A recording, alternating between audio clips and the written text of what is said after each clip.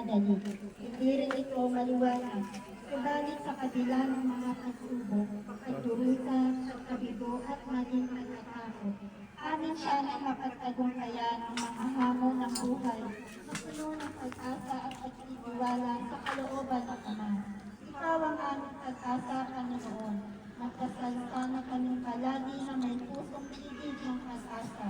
Dalhin mo kami sa isang buhay na tanong ng Diyos ng pag-asa at kalakasan. Matukat at mayakap nawa namin mga manlalakbay ng pag-asa ang kalooban ng Ama para sa amin. Hinihiling namin ito sa iyo, Panginoon Jesus, aming pag-asa at liwanag. Amen. Long Stasyon.